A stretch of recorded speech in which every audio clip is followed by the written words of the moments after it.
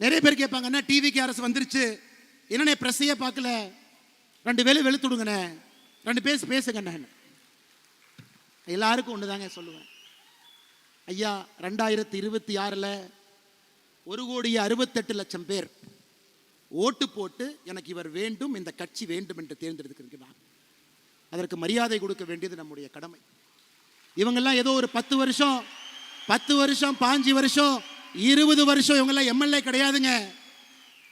தட்டு தடுமாறி அரசியல்ல இன்னைக்கு எம்எல்ஏ ஆனவங்க தான் பல பேர். டிவிக்கேல எல்லா அமைச்சர்களும் முதல் முறை அமைச்சர்கள் அண்ணன் செங்கோட்டையன் அவர்களை தவிர எல்லாரும் ஃபர்ஸ்ட் டைம். கொஞ்சம் தடுமாறத்தான் செய்வாங்க. தடுமாறும் பொழுது ஒரு நல்ல சமுதாயமாக இருந்தால் தூக்கி பிடிச்சுதான் விடணுமோ தவிர கீழே அழுத்தக்கூடாது என்பதில் தெல்ல தெளிவாக இருக்கின்றோம். ஏன்னா இந்த நம்முடைய வீதலிடஸ் அமைப்பு என்பது, இங்க வந்திருக்கக்கூடிய வாலண்டியர்ஸ் நாம் எல்லாருமே மூர்க்கத்தனமாக அதிகாரத்தை பிடிப்பதற்காக நம்ம வரல. ஆணவத்தோடு நாம் இந்த அமைப்பு ஆரம்பிக்கலைங்க. பவருக்கு வரணுங்கிற ஒரே குறிக்கோளுக்காக நாம் இங்க இல்லைங்க. நல்ல சமுதாயத்தை தமிழகத்தை உருவாக்க வேண்டும் என்கின்ற ஒற்றை நோக்கத்தில் தான் இந்த அமைப்பும் இருக்கும், நம்முடைய அரசியலும் இருக்கும். அதில் எந்த மாற்று கருத்தும் இல்லை. அதனால தான் நம்ம பல இடத்துல பேசுறோம். அண்ணே இனி விஜய் சாரனை கூப்பிடுவோம், சிஎம் சாரனை கூப்பிடுவோம். சிஎம் சார் ஒரு ஆர்டர் போடுறார். ஒரு வழிபாட்டு ஆலயங்களா இருக்கட்டும், கல்லூரிகளா இருக்கட்டும், அங்கிருந்து 500 மீட்டருக்குள்ள எந்த டாஸ்மாகாக இருந்தாலும் நாங்கள் மூடுவோம். 717 டாஸ்மார்க்க மூடுறோம்னு சொன்னாங்க. நாம செய்த கள ஆய்வில் ஒரு இடத்திலும் இன்னும் நூற்றுக்கணக்கான டாஸ்மார்க் 500 மீட்டருக்குள்ள இருக்கு. அதையும் நாம் ஒரு தீர்மானமாக சொல்லி இருக்கின்றோம். இதையும் நீங்க பேசுங்க. ஆனால் நம்மை பொறுத்தவரை இந்த அமைப்பு மூலமாக ஒரு அரசுக்கு அழுத்தத்தை கொடுக்க வேண்டும் என்று சொல்வதை விட ஆரோக்கியமான அரசியலை செய்து அந்த அரசுக்கு வலியுறுத்தணும். சொன்னதுக்கு அப்புறம் கேட்கலினா அது வேற வழிங்க, அது வேற வழி. இன்னைக்கு சொல்றோம், கேட்பாங்கிற நம்பிக்கை நமக்கு இருக்கு. அதனால் அடுத்த 1 ஆண்டு காலம் நாம் சொல்லத்தான் போகின்றோம், செய்யுங்க.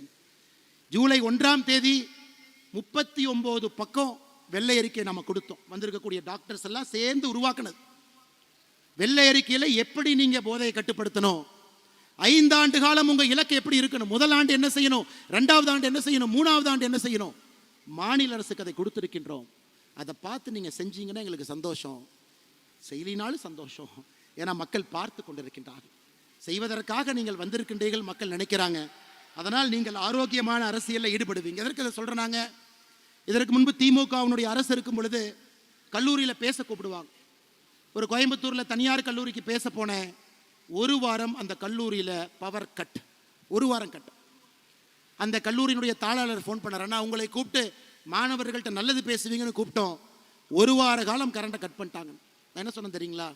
அப்படி தானே இருப்பாங்க, நீங்கள் அந்த அமைச்சரை பார்த்து ஒரு சாரி கேட்டு வந்துடுங்க.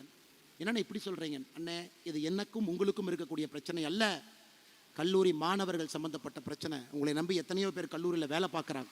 இதை தமிழ்நாட்டு மக்கள் பார்த்து கொண்டிருக்கின்றார்கள். ஆணவத்தோடு யார் அரசியல் செய்தாலும் இந்த மண் அவர்களை விடாது என்பதற்கு 2026 தேர்தல் ஒரு சாட்சி. அருமை சொந்தங்கள், அதனால் நம்முடைய வேலையை செய்வோம். நமக்கு எந்த அரசியல் குழப்பமும் வேண்டாம். இது ஆரோக்கியமான அரசியல் கட்சியா மாறத்தான் போகிறது. 2031 தமிழ்நாட்டு மக்கள் முன்பு நம்முடைய அரசியல் கட்சி தமிழ்நாட்டு மக்கள் முன்பு நிற்கும். ஆரோக்கியமான அரசியலுக்காக நிற்போமோ தவிர அற்ப அரசியலுக்காக, அதிகாரம் வேண்டும் என்கின்ற அரசியலுக்காக, ஒரு மனிதனை கீழே தள்ள வேண்டும் என்கின்ற அரசியலுக்காக, இன்னும் பெட்டரா காட்டுவோம், பெட்டரா கொடுப்போம், பெட்டரா சொல்லுவாங்க, இன்னும் பெட்டரா செய்வோம், பெட்டரான தலைவர்களை அறிமுகப்படுத்துவோம், நல்ல மனிதர்களை கீழிருந்து பிடிச்சிட்டு மேலே கூட்டிட்டு வருவோம். மக்கள் அந்த வாய்ப்பு நமக்கு கொடுக்கத்தான் போறாங்க. அதனால் எதை பற்றியும் கவலை உங்களுக்கு வேண்டாம் அருமை சொந்தங்களே. அடுத்த 6 மாத காலம் நம்முடைய இலக்கு தெளிவு. 6 மாத காலம் என்ன செய்ய வேண்டும் என்பதிலும் தெளிவாக இருக்கின்றோம். அதை நாம் செம்மையாக செப்பனே செய்வோம். பாரதிய ஜனதா கட்சி நான் சார்ந்திருந்த கட்சி. பாரதிய ஜனதா கட்சியிலிருந்து நிறைய தொண்டர்கள் தலைவர்கள் இங்கே வந்திருக்கிறாங்க.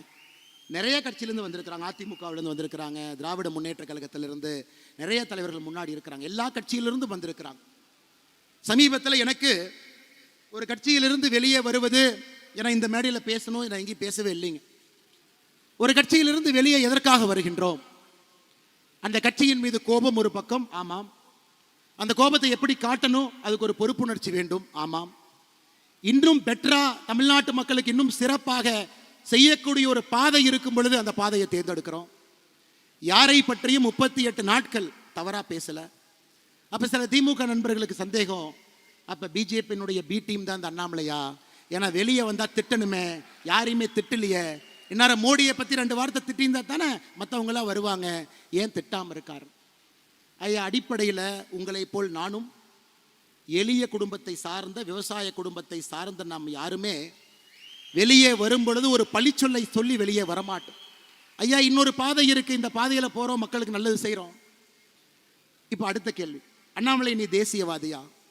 இருமார்ப்புடன் சொல்வேன், நான் ஒரு தேசியவாதி. இந்தியனா தமிழனா? எதுக்கு இதுல பிரச்சனை? இந்தியன் என்பதிலே எப்பொழுதும் ஒரு கர்வம். அந்த இந்தியாவில் தமிழ்நாடு முதன்மை மாநிலமாக வர வேண்டும் என்பதற்காகத்தான் இந்த போராட்டம்.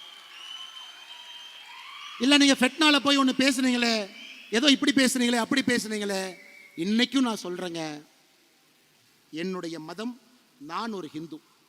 திருநூறு வைக்கிறேன், பொட்டு வைக்கிறேன், குங்குமம் வைக்கிறேன். வீட்டிலிருந்து வெளியே வரும் பொழுது என்னுடைய மதத்தையும் சாதியையும் வீட்டிலே வைத்து பூட்டிவிட்டு சாமானிய மனிதராக, அனைவருக்கும் பொதுவான மனிதராக உங்கள் முன்னால் இருக்கின்ற மதத்தை ஒரு முறையும் தூக்கி பிடித்து காட்ட வேண்டிய அவசியம் இல்லை. நான் ஒரு ஹிந்து மதத்தில் வீட்டில் வச்சு பூட்டிட்டு வெளியே வந்தாவே, உண்மையான ஹிந்து அனைவரையும் சமமாக பார்ப்பான், அனைவரோடும் சமமாக இருப்பான், யாரும் பெரிது யாரும் சிறிது என்று பேச மாட்டான், அனைவரும் ஒரே நேர்கோட்டு பாதையில் செல்ல வேண்டும் என்று சொல்வான். அதாங்க என்னுடைய ஹிந்து தத்துவம். இல்ல கரூர்ல இனாம் நிலத்தை கொடுத்துட்டாங்க, 3000க்கு மேற்பட்ட ஏக்கரை கொடுத்துட்டாங்க, அதை நீங்க டிவிக்கு அரசுக்கு சப்போர்ட் பண்ணி அறிக்கை விட்டுருக்கீங்க, அப்ப நீங்க கோயிலுக்கு எதிரானவரா, ஹிந்து விரோதியா? விஜயநகர பேரரசு காலத்திலிருந்து இனாம் நிலம் என்பது அந்த ஊர்ல கோயில்ல வேலை செய்யறவங்களுக்கு அரசு கொடுத்தது. பூ விற்கிறவங்க, கோயில் இருக்கக்கூடிய பண்டார சகோதரர்கள், நாதஸ்வரம் வாசிக்கிறவங்க, தவில் வாசிக்கிறவங்க, அவங்களுக்கு கொடுக்கப்பட்ட இடம். அதை கர்ம வீரர் காமராஜர் ஐயா 1963 ஆட்சியிலிருந்து அவர் செல்வதற்கு முன்பு அதற்கு ஒரு செட்டில்மெண்ட் தாசில்தார் போட்டு அதை பஞ்சாயத்து பண்ண முயற்சி பண்ணார்.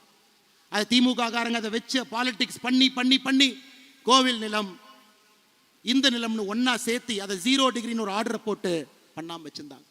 இன்னைக்கு ஒரு அரசு வந்து 60 ஆண்டுகளாக 100 ஆண்டுகளாக அந்த இனாம் நிலத்தில் குடியிருப்பவர்களுக்கு திரும்ப அந்த மரியாதை கொடுத்திருக்கும் பொழுது அதை வரவேற்க வேண்டியது ஒரு தமிழனுடைய கடமையாகத்தான் நான் பார்க்கின்றேன். கோயில் சொத்தை நீட்போம், இனாம் நிலமும் கோயில் சொத்துக்கும் சம்பந்தம் இல்லை. இதற்கு எனக்கு கிடைத்திருக்கக்கூடிய பட்டம் அண்ணாமலை ஹிந்து விரோதி. அப்படிப்பட்ட ஹிந்து விரோதின்னு எனக்கு பட்டத்தை கொடுத்தீங்கன்னா அந்த பட்டத்தை அப்படியே நீங்க வச்சுக்கணும். இதே ஹெச் ராஜா அண்ணன் கரூர்ல அக்டோபர் 2024 வந்து இனாம் நிலத்தை மக்களுக்கு கொடுக்க வேண்டும் என்று சொன்னார். அவர் இந்து விரோதி அல்ல. எடப்பாடி பழனிசாமி அண்ணன் அவர்கள் அனைத்து இந்திய அண்ணா திராவிட முன்னேற்ற கழகத்தினுடைய தேர்தல் அறிக்கை 2026 இனாம் நிலத்தை வசிப்பவர்களுக்கு கொடுக்க வேண்டும் என்று சொன்னார். அவர் இந்து விரோதி கிடையாது. ஆனா இன்னைக்கு நியாயமா நேர்மையா ஒரு மக்களுக்கு இருக்கக்கூடிய மக்களுக்கு அது செல்ல வேண்டும் என்றால் இந்து விரோதி. அதனாலதான் இந்த இடத்துல எத்தனையோ இடத்துல கிறிஸ்தவர்கள் இருக்கிறாங்க, இஸ்லாமியர்கள் இருக்கிறாங்க. அருமை சொந்தங்களே, இன்னைக்கு நான் அறுதியிட்டு தெளிவாக உங்களுக்கு நான் கோடிட்டு இந்த அமைப்பினுடைய ஒரு தன்னாளராக நான் சொல்லுகின்றேன்.